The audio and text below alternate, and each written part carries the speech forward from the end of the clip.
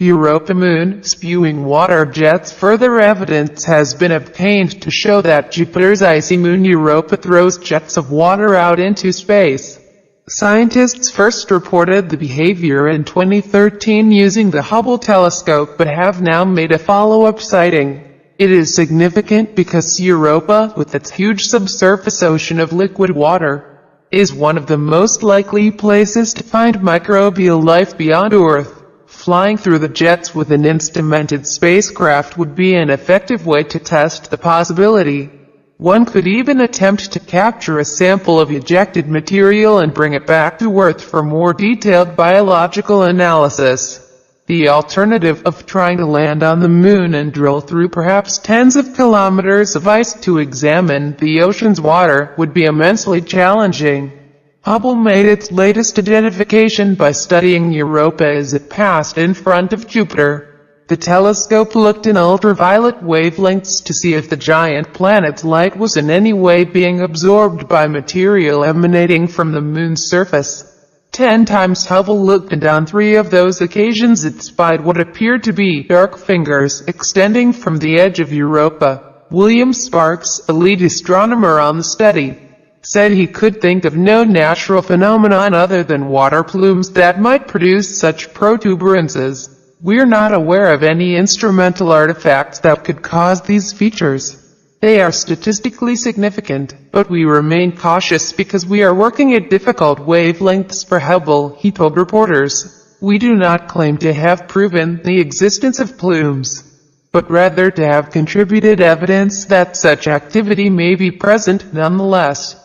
The location for the putative jets looks very similar to the region where Hubble earlier this decade detected an excess of oxygen and hydrogen, the component parts of water. That certainly made for an intriguing case, said Hubble senior project scientist Jennifer Wiseman.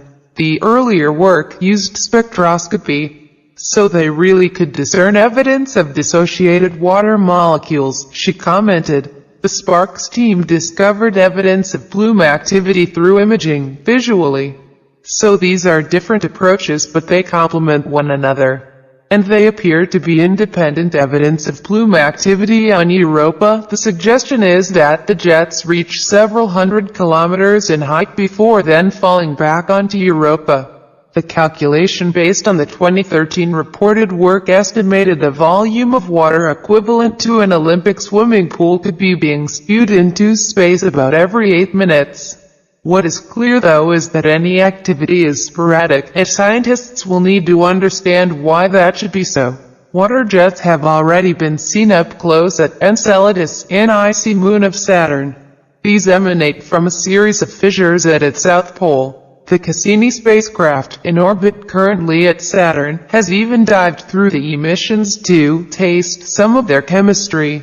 But the probe's instrumentation is not designed to detect the presence or activity of microbes. That would require a mission dedicated to the task. The U.S. Space Agency, NASA, has just sent a satellite to Jupiter called Juno, but again this has no life detection equipment on board and, in any case, is not going anywhere near Europa in the course of its work. Both NASA and the European Space Agency do, however, have future missions in the planning stage that will visit Europa to make repeated flybys, and the determination that the moon has water jets will surely factor into the organization's thinking. Courtney Beer, who works on the American concept, said the spacecraft would have instruments that could aggressively investigate any plumes, but he also stressed that obtaining convincing proof that microbes lived at Europa was far from easy. The Europa flyby mission, which will launch in the 2020s, is not a life-finding mission, he explained. That mission is focused on assessing the habitability of Europa. And we do it in this way for a very simple reason. We know how to measure habitability. We have a lot of experience at doing that. We have a lot of instruments that are very robust and good at doing that. When it comes to finding life, we don't have as much experience. And we actually have an ongoing and vigorous debate in the scientific community as to the best way of going about detecting life on a mission such as this.